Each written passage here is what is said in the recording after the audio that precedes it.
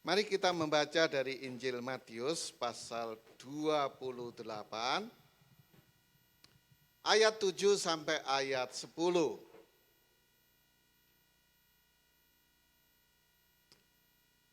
Matius pasal 28 ayat 7 sampai ayat 10.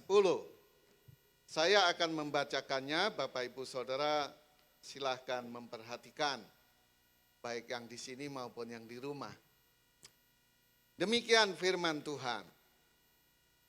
Dan segeralah pergi dan katakanlah kepada murid-muridnya bahwa ia telah bangkit dari antara orang mati. Ia mendahului kamu ke Galilea. Di sana kamu akan melihat dia. Sesungguhnya aku telah mengatakannya kepadamu.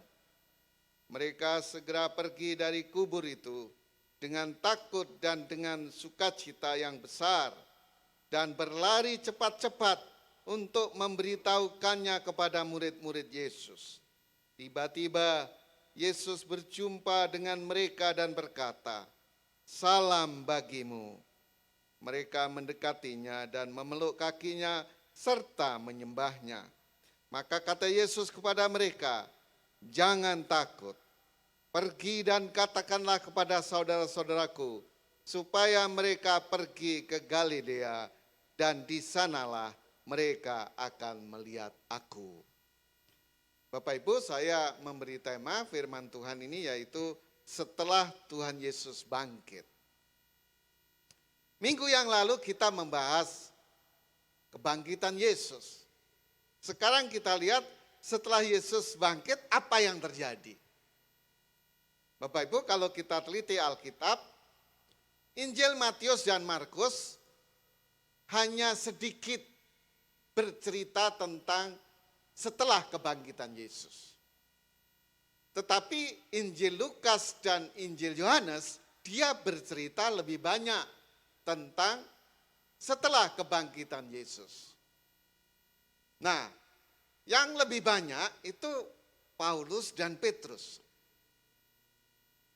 Dia bukan hanya menceritakan Yesus yang bangkit, tetapi Paulus dan Petrus ini memberi arti apa kebangkitan Yesus itu.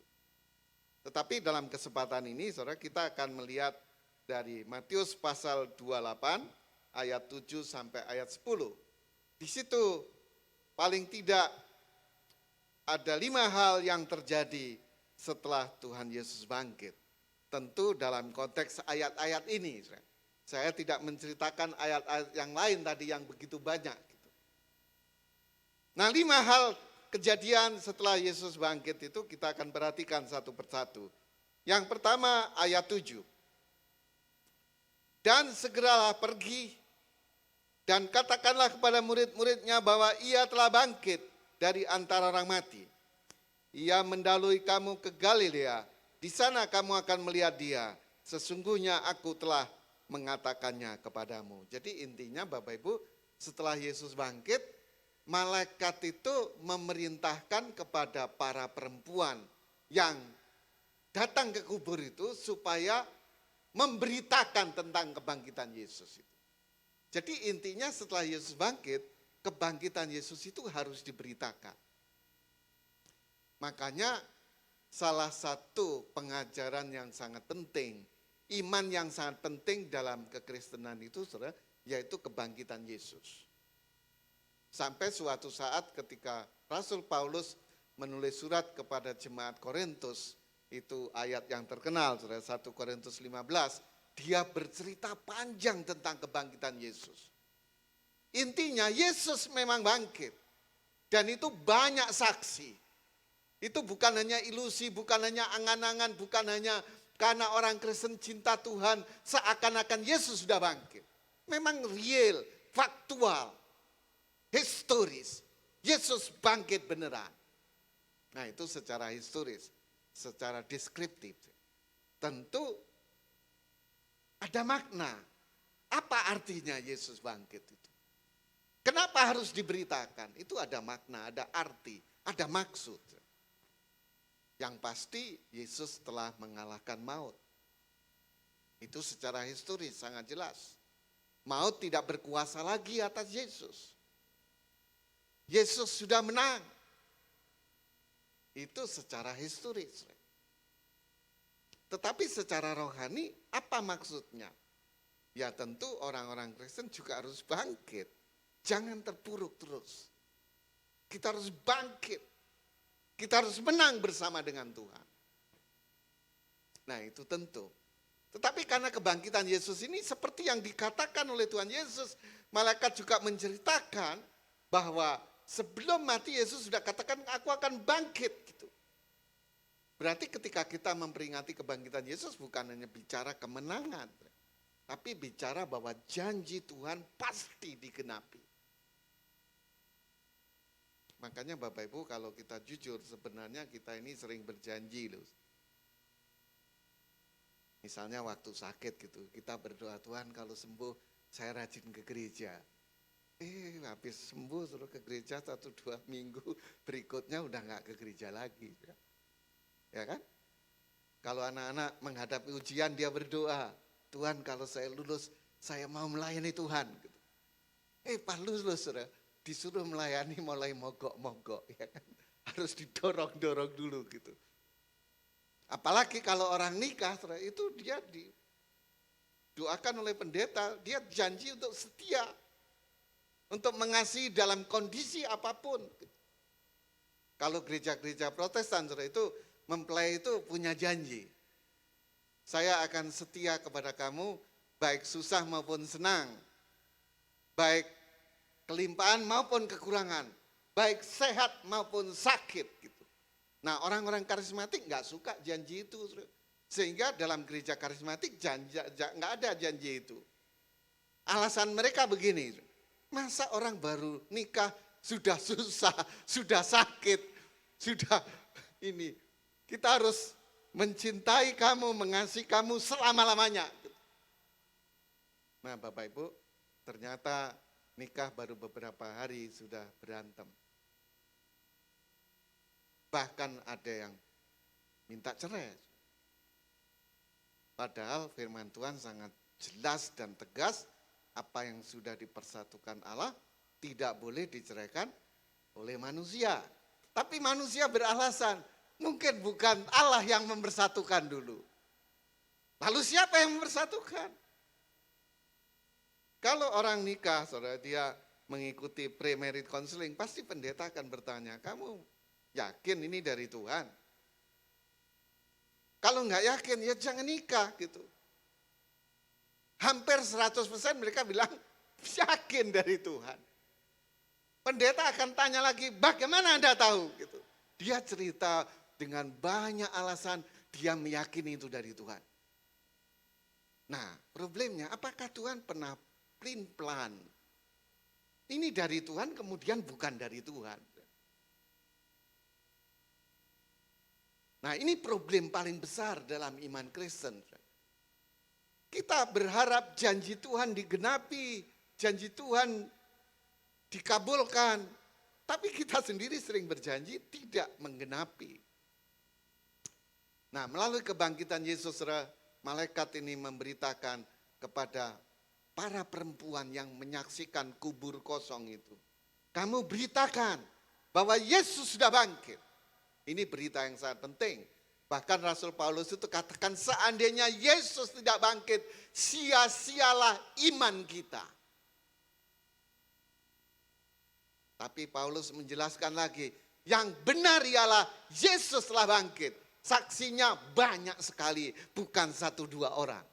40 hari dia tinggal di bumi ini setelah bangkit. Tentu banyak hal yang dilakukan. Nanti setelah 40 hari dia naik ke surga, 10 hari lagi Roh Kudus turun. Yang kita peringati pada hari Pentakosta itu. Yesus sudah bangkit, kita harus bangkit. Yesus sudah menang, kita harus menang. Yesus pasti menggenapi janji. Kita harus pegang janji Tuhan itu. Janji Tuhan itu banyak sekali Bapak Ibu. Tuhan itu bilang gini, kamu cari dahulu kerajaan Allah dan kebenarannya, maka semuanya akan ditambahkan kepadamu. Jadi kalau orang Kristen sampai berkekurangan, dia jangan salahkan Tuhan. Jangan salahkan siapa-siapa, kita perlu introspeksi. Apakah kita mencari dahulu kerajaan Allah? Itu prioritas dahulu itu. Apakah kita bangun tidur langsung bersyukur kepada Tuhan, berdoa pada Tuhan, atau kita sudah memikirkan sesuatu yang lain? Dan ingat ketika mencari kerajaan Allah, Tuhan tidak berhenti di situ. Dia katakan dan kebenarannya. Apakah hidup kita sudah benar? Kalau hidup kita tidak benar, kita berdoa. Tidak ada kuasa sama sekali. Karena firman Tuhan menjelaskan doa orang benar, bila dengan yakin didoakan, sangat besar kuasanya. Itu kalimat positif Bapak Ibu. Kalimat negatifnya, kalau kamu tidak benar, kamu berdoa sama sekali nggak ada kuasa. Nah kita bersyukur, Yesus sudah menang. Sudah bangkit.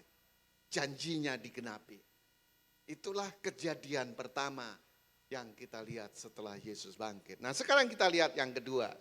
Ayat 8. Mereka segera pergi dari kubur itu dengan takut dan dengan sukacita yang besar. Bapak Ibu ini paradoks. Takut kok sukacita gitu. Makanya kadang-kadang orang Kristen juga mengalami kehidupan yang paradoks. Dia senang tapi dia nangis.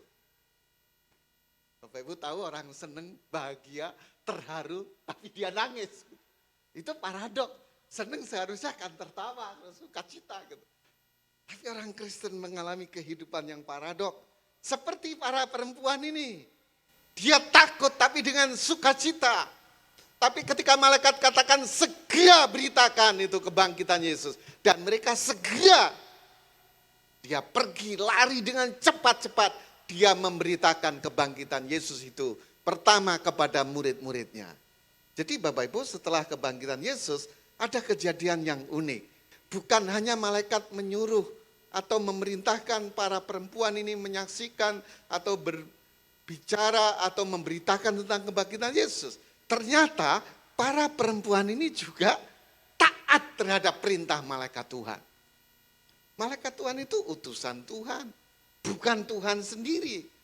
Tetapi dia representatif, dia hadir sebagai Tuhan yang hadir. Karena dia disuruh Tuhan. Makanya orang-orang bilang begini Bapak Ibu dalam bahasa Inggrisnya. Angels are agent of God. Gitu. Jadi para malaikat itu saudara adalah agen Tuhan. Dia disuruh Tuhan. Maka ketika para perempuan ini, minggu yang lalu kita sudah lihat saudara, kenapa perempuan ini pagi-pagi ke kuburan? Karena dia mengasihi Yesus. Dia tidak takut. Nah orang yang mengasihi Tuhan itu saudara, itu tidak bisa dilepaskan dari ketaatan kepada Tuhan.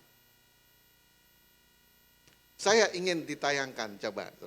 Ini kata-kata Tuhan Yesus. Tentang mengasihi dan ketaatan itu tidak bisa dipisahkan. Yohanes 14 ayat 15, saya minta ditayangkan. Ya. Yohanes 14 ayat 15. Mari kita baca bersama-sama. Ya. Yohanes pasal 14 ayat 15, 1, 2, 3. Jikalau kamu mengasihi aku, kamu akan mentaati segala perintah-perintahku. Jadi Bapak Ibu, para perempuan ini ke kuburan pagi-pagi karena dia mengasihi Tuhan. Kasih itu menghilangkan ketakutan. Maka ketika malaikat Tuhan, utusan Tuhan, agennya Tuhan berbicara, kamu bersaksi tentang kebangkitan Yesus. Mereka segera bersaksi.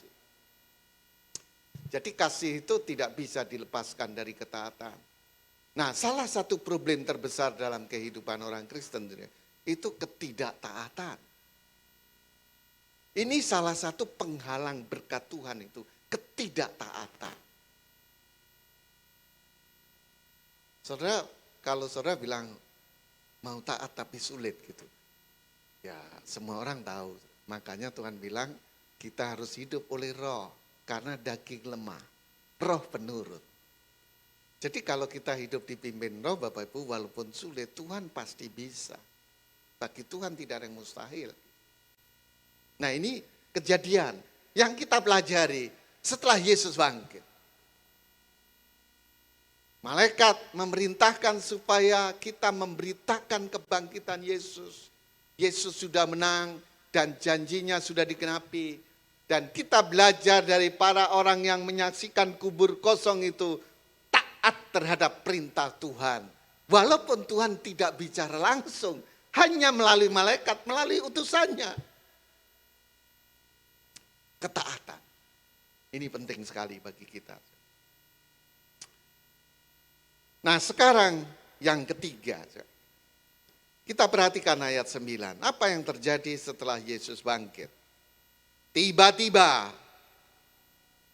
Tiba-tiba itu artinya secara mendadak. Tiba-tiba Yesus berjumpa dengan mereka dan berkata, salam bagimu.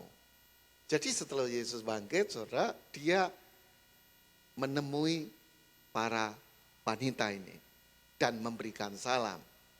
Berarti para wanita ini dia bertemu dengan Tuhan. Jadi dia tidak hanya pergi ke kuburan, lalu lihat kuburan kosong melompong tidak ada siapa-siapa. Mereka ke kuburan kan bukan semata-mata pergi ke kubur. Ke kuburan tujuannya cari Yesus karena mereka mengasihi Yesus. Dan rata kuburannya kosong. Tapi karena mereka taat terhadap perintah malaikat Tuhan, akhirnya dia dijumpai oleh Tuhan. Nah karena dijumpai Tuhan, maka mereka berjumpa dengan Tuhan. Nah Bapak Ibu, saya pernah ditanya oleh jemaat, dia bertanya begini, sebenarnya kalau jujur Pak di gereja itu yang penting pengajaran atau pengalaman dengan Tuhan? Saya jawab ya dua-duanya penting. Karena tanpa pengajaran, kering. Tanpa pengajaran, kita bisa sesat. Tapi kalau tanpa pengalaman dengan Tuhan, kita kering. Jadi orang Kristen yang hanya pengetahuan saja. Makanya pengajaran penting, pengalaman penting. Nah para wanita ini setelah dia mentaati perintah malaikat Tuhan, akhirnya dia berjumpa dengan Tuhan. Ini pengalaman pribadi dengan Tuhan. Maka ini yang tidak mungkin mereka diam. Mereka menyaksikan sendiri, bertemu sendiri dengan Yesus. Saya terus terang Bapak Ibu khawatir kalau orang tidak bisa bersaksi. Jangan-jangan dia belum punya pengalaman dengan Tuhan. Kalau punya pengalaman dengan Tuhan, dia pasti bersaksi, dia pasti bercerita. Dia tidak bisa diam. Karena ini pengalaman yang terlalu indah, tidak ada bandingannya. Bagi saya bertemu dengan Tuhan itu pengalaman yang, itu terlalu indah. Luar biasa. Sehingga saya tidak bisa diam tentang Tuhan.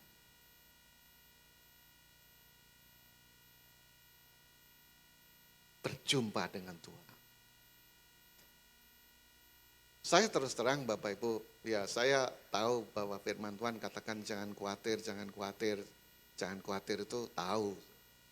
Tapi saya kadang-kadang khawatir, kenapa ya jemaat bilangnya cinta Tuhan, rela berkorban, mau melayani kok ke gereja aja sering terlambat gitu loh. Coba kalau janjian mau dapat duit gitu, kira-kira terlambat enggak?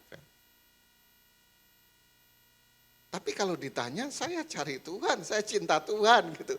Tapi prakteknya kok sepertinya cinta duit lebih dari yang lain gitu. Itu kekhawatiran saya. Apalagi gereja kita diberi visi oleh Tuhan itu menjadi orang Kristen yang hidup dalam kebenaran gitu. Nah kalau kita tidak benar, lalu kita ini ikut siapa gitu. Kan Tuhan Yesus itu katakan akulah jalan dan kebenaran. Nah kalau hidup kita sendiri tidak benar, lalu kita ikut siapa gitu. Seumur hidup saya Bapak Ibu saya ditilang sekali. Seumur hidup ditilang sekali. Bukan karena melanggar lalu lintas sebenarnya. Waktu itu saya tinggal di Cempaka Putih, Bapak Ibu mau ke Kelapa Gading, mau nguburkan orang meninggal. Saya orangnya nggak mau terlambat Bapak Ibu. Dan nggak terlambat saya. Tapi rupanya di jalan keluarganya telepon saya gitu. Telepon saya, Pak, Bapak sampai mana? Saya bilang, oh saya sudah perempatan Cempaka Putih, udah deket. Saya bilang. Nah rupanya di situ ada polisi, di stop. Saya bilang, Bapak tidak boleh, itu nyetir sama telepon gitu. Saya bilang minta maaf Pak, saya ngurus orang meninggal gitu. Ngurus orang meninggal, jadi ini tadi saya ditelepon ya saya jawab gitu. Ya mana SIM? Saya kasih SIM. Terus dia bilang, Bapak mau ditilang atau damai? Ya damai lah gitu. Gitu ya, masa seorang mau ditilang damai gitu. Oke kalau gitu Bapak kasih gitu. Oh itu bukan damai, itu nyogok, nggak mau, tilang aja. Saya bilang, tilang. Itu sekali-kali saya ditilang. Nah waktu saya datang ke pengadilan Bapak itu banyak calo. Wah Pak ini kalau handphone gini-gini ini bisa 1,5 juta gini-gini. Ayo kita tolong Pak, udah 600.000 aja. Saya bilang enggak, 500 Pak, enggak gitu.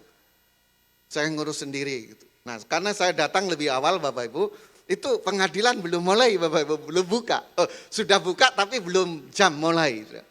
Saya sudah masuk tapi ada petugas. Saya bilang Bapak ngurus SIM ya? Iya. Coba lihat gitu. Dilihat. Bayarnya 62.000 Bapak Ibu. Ya saya bayar aja. Itu sekali saya ditilang. Jadi hidup benar itu bukan hanya rajin ke gereja Bapak Ibu. Kehidupan praktis sehari-hari. Kehidupan praktis sehari-hari. Saya itu kalau lihat ada orang tua nyetol anaknya gitu nggak tega loh. Masa sih harus dicetol anak kecil nggak ngerti apa-apa gitu. Nyetolnya sampai nangis gitu, nggak tega. Karena saya juga nggak nyetol anak-anak saya. Kalau anak saya nangis atau nakal gitu, saya doain aja. Makanya karena kebiasaan mendoakan anak, kalau ada anak-anak saya nakal, karena anak saya 3, waktu kecil itu, terutama yang perempuan, dia bilang, Pak doain adik, nakal dia, doain adik gitu. Bukan gebukin adik gitu, bukan. Akhirnya adik-adiknya saya tumpangi tangan, saya doakan. Ini ketaatan, ketaatan. Jadi ada ketaatan yang kita belajar dari para perempuan ini sehingga akhirnya dia berjumpa dengan Tuhan.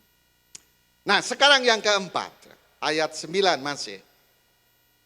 Setelah diceritakan tiba-tiba Yesus berjumpa dengan mereka dan berkata, salam bagimu. Mereka mendekatinya dan memeluk kakinya serta menyembahnya. Jadi perjumpaan dengan Yesus ini bukan hanya angan-angan. Memang secara fisik kakinya dipegang, dia peluk. Dan ada informasi yang sangat aneh. Tapi ini nyata. Dikatakan bahwa perempuan-perempuan ini menyembahnya. Padahal Bapak Ibu, coba Anda selidiki Alkitab seluruhnya. Sebelum Yesus bangkit dari antara orang mati, tidak ada satupun orang yang percaya kepadanya menyembah Yesus. Kenapa? Karena mereka semua orang Yahudi. Orang Yahudi itu punya kebiasaan, ini yang menjadi karakter hidup mereka. Mereka itu punya pola pendidikan yang disebut dengan prenatal learning. Prenatal learning itu bayi sebelum lahir, itu sudah diajar. Diajar apa? Diajar sema. Sema itu syahadat, pengakuan iman. Itu yang terdapat dalam Ulangan pasal 6 ya. Ayat 4. Ayat 4. Di sana disebutkan apa? Sema Yisrael, Adonai Elohim, Adonai Echad. Dengarlah hai orang Israel, Tuhan itu Allah kita, Tuhan itu Esa. Esa itu artinya tidak ada yang lain. Makanya dalam 10 hukum itu tidak boleh menyembah berhala, tidak boleh membuat patung untuk disembah. Karena hanya satu Allah.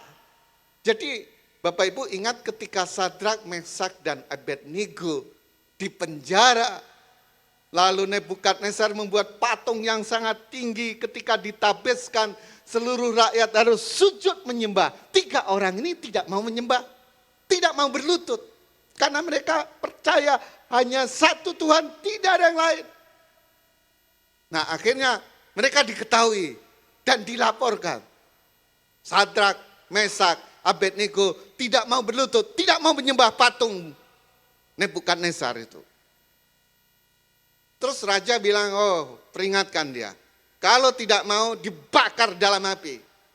7 api panasnya lebih berat daripada yang lain. Mereka diancam, mereka bilang kami punya Tuhan yang sanggup melindungi kami. Tapi seandainya Tuhan tidak melindungi kami, kami tetap tidak mau menyembah berhala. Itu orang beriman. Itu orang beriman.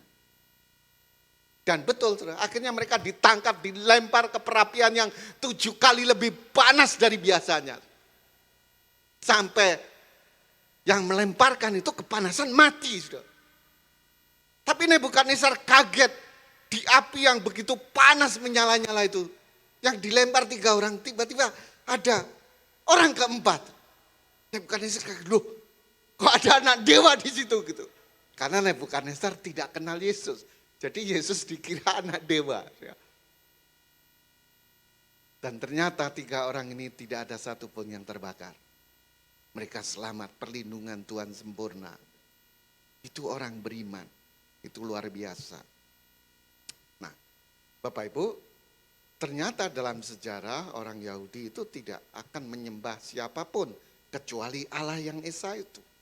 Maka ketika para perempuan ini ketemu Yesus yang bangkit, dia pegang peluknya lalu menyembah. Berarti para perempuan ini mengakui bahwa Yesus itu adalah Allah yang Esa. Bapak Ibu ingat ketika Tuhan Yesus berdoa, dia katakan namamu yang telah kau berikan kepadaku. Jadi nama Allah yang macam-macam itu sudah diberikan kepada Yesus. Makanya Yesus itu artinya Allah yang menyelamatkan. Jadi kalau para perempuan dan murid-murid tidak mengaku Yesus sebagai Allah, mereka tidak mungkin menyembah.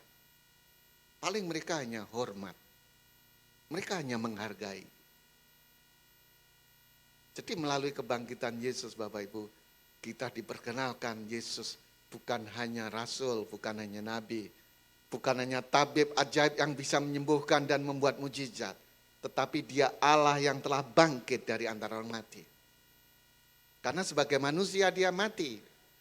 Tapi sebagai Allah tidak mungkin mati.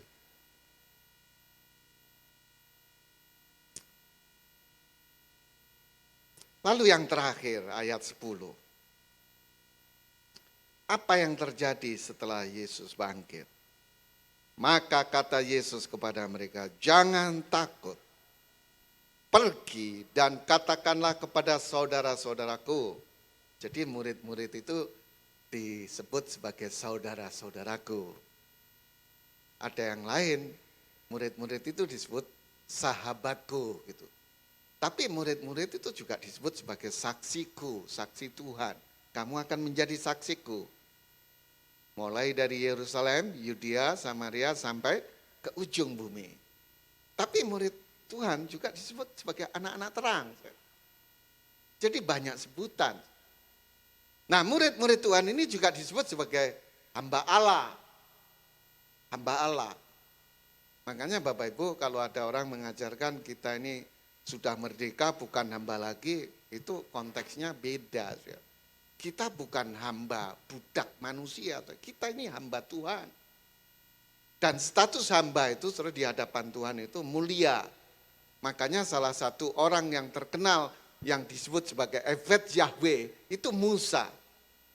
Bapak Ibu tahu Musa itu diberi kepercayaan memimpin umat pilihan Allah keluar dari perbudakan menuju tanah perjanjian. Memang seorang hamba Tuhan ada 2 hal yang sangat penting. Sebagai hamba dia harus tunduk, harus taat 100%. Dia harus sadar dia tidak bisa apa-apa, tidak punya apa-apa, tergantung penuh pada tuannya. Tetapi di sisi lain dia orang yang dipilih Tuhan, yang diberi kuasa. Dia hadir sebagai agent of change, agen perubahan. Makanya kalau hamba Tuhan itu benar, seperti malaikat, itu harus didengar Bapak Ibu. Sebenarnya ciri sederhana kalau hamba Tuhan nggak benar Bapak Ibu, itu cirinya mata duiten, itu aja udah paling gampang itu. Pokoknya kalau malah duiten itu udah nggak benar. Nah, prakteknya mata duiten itu macam-macam Bapak Ibu. Salah satu bentuknya itu pinjam duit gitu ya, pinjam duit. Makanya kalau ada hamba Tuhan pinjam duit, udah katakan, Pak, katanya kita suruh ngandelin Tuhan kok. Apa kita nggak berdoa aja gitu? Bukan pelit ya, bukan pelit ya. Tapi hamba Tuhan ngajarin orang mengandalkan Tuhan, dia sendiri ngandelin manusia. Itu tanda-tanda nggak benar Bapak Ibu. Tapi kalau hamba Tuhan itu benar Bapak Ibu, ya kita harus ikutin dia. Saya tidak menganggap saya paling benar, tapi saya punya komitmen untuk hidup benar Bapak Ibu. Makanya kalau salah satu bentuk sederhana, saya kalau ke gereja itu tidak mau terlambat ya. Saya kalau kayak minggu begini Bapak Ibu, saya bangun itu sekitar jam 3:30 udah bangun.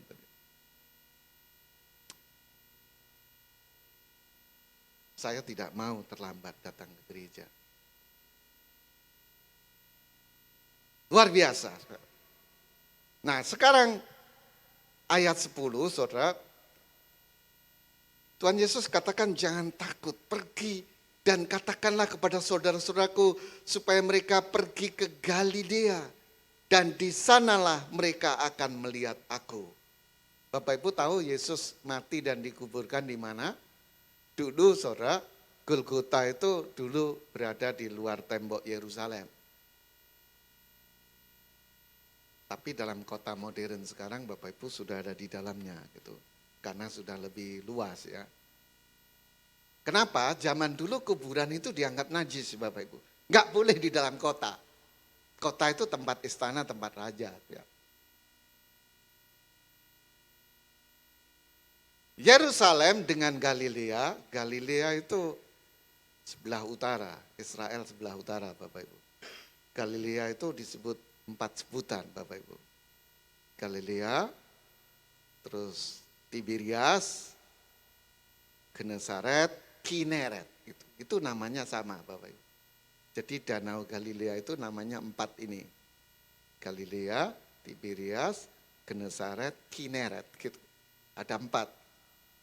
Itu dari Yerusalem itu jauh banget. Apalagi dulu belum ada jalan raya Bapak Ibu. Kalau diambil jalan itu lurus, itu sekitar 80 kilometer. Belum ada kendaraan umum, apalagi ojek belum dikenal ya kan. Terus Tuhan Yesus setelah bangkit dia ngomong sama para perempuan ini, kamu bilang sama murid-muridku ya, suruh ke Galilea, di sana mereka akan ketemu saya. Walaupun dalam kisah lain Bapak Ibu diceritakan waktu murid-murid ini di tempat ruang yang terkunci, Tuhan Yesus hadir. Thomas tidak ada di situ, diceritakan seperti itu. Tapi kita lihat dalam konteks Injil Matius ini, kenapa Tuhan Yesus mau ketemu murid-murid kok harus ke Galilea yang begitu jauh? Bapak Ibu ingat, sebelum naik ke surga, yang Yesus perintahkan itu apa? The Great Commission. Amanat agung. Supaya orang percaya memberitakan Injil. Dan pemberitaan Injil itu adalah merebut manusia milik Allah yang sudah dicuri oleh iblis. Dikembalikan kepada Allah yang mempunyai manusia itu. Itu peperangan rohani yang dahsyat. Padahal sementara ketika murid-murid di Yerusalem, mereka ketakutan gurunya dihukum mati. Mereka berada di ruangan yang terkunci rapat-rapat. Bagaimana mungkin orang yang penuh ketakutan akan diberikan amanat yang sangat agung itu? Tidak mungkin. Makanya Tuhan Yesus Kalau bahasa kita, ayo kita retreat dulu. Mundur sejenak, kita merenungkan. Kenapa kamu jadi orang Kristen dulu? Kenapa kamu begitu radikal, berani meninggalkan ayah dan ibumu, meninggalkan pekerjaanmu sebagai nelayan, ikut aku? Kenapa? Ayo kita merenung. Di sanalah aku memanggil kamu dulu di Galilea, di danau itu. Jadi Tuhan mau orang-orang yang percaya itu panggilannya dipulihkan. Baik panggilan pertobatan maupun panggilan pelayanan. Karena tidak mungkin orang yang hidup dalam ketakutan, di kamar yang terkunci rapat-rapat akan diberi amanat yang agung. Dia harus ikut retreat dulu, dipulihkan dulu, baru amanat agung diberikan. Nah intinya Bapak Ibu, Tuhan Yesus memang memerintahkan murid-muridnya pergi ke Galilea. Karena di Galilea itu Tuhan memanggil murid-muridnya, mari ikutlah aku dan kamu akan kujadikan penjala manusia. Sekarang kenapa kamu ikut pikiran dan perasaanmu sendiri?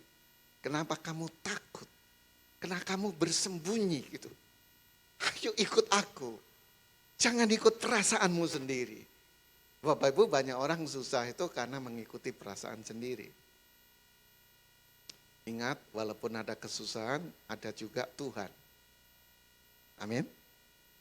Walaupun kesusahan kita besar, Tuhan kita jauh lebih besar. Saya rindu melalui kisah setelah Yesus bangkit itu Bapak Ibu, kita juga menang bersama Yesus. Mari kita berdoa. Bapa Surgawi, Engkau mengenal kami. Kami sungguh-sungguh cinta Tuhan, tapi kami banyak kelemahan Tuhan. Oleh karena itu kami selalu membutuhkan pertolongan, bimbingan, kekuatan dari Tuhan sendiri. Meteraikan firman-Mu dalam hidup kami Bapa. Jamah setiap jemaat-Mu supaya imannya diteguhkan oleh Tuhan. Kami doakan yang sakit disembuhkan Tuhan. Yang punya masalah Tuhan tolong beri jalan keluar yang terbaik. Makasih Bapa, kami selalu berdoa seperti yang Tuhan Yesus ajarkan. Bapa kami yang di surga, dikuduskanlah nama-Mu, datanglah kerajaan-Mu, jadilah kehendak-Mu di bumi seperti di surga. Berikanlah kami pada hari ini makanan kami yang secukupnya, dan ampunilah kami akan kesalahan kami, seperti kami juga mengampuni orang yang bersalah kepada kami. Dan janganlah membawa kami ke dalam pencobaan, tetapi lepaskanlah kami daripada yang jahat. Karena Engkaulah yang punya kerajaan dan kuasa dan kemuliaan sampai selama-lamanya.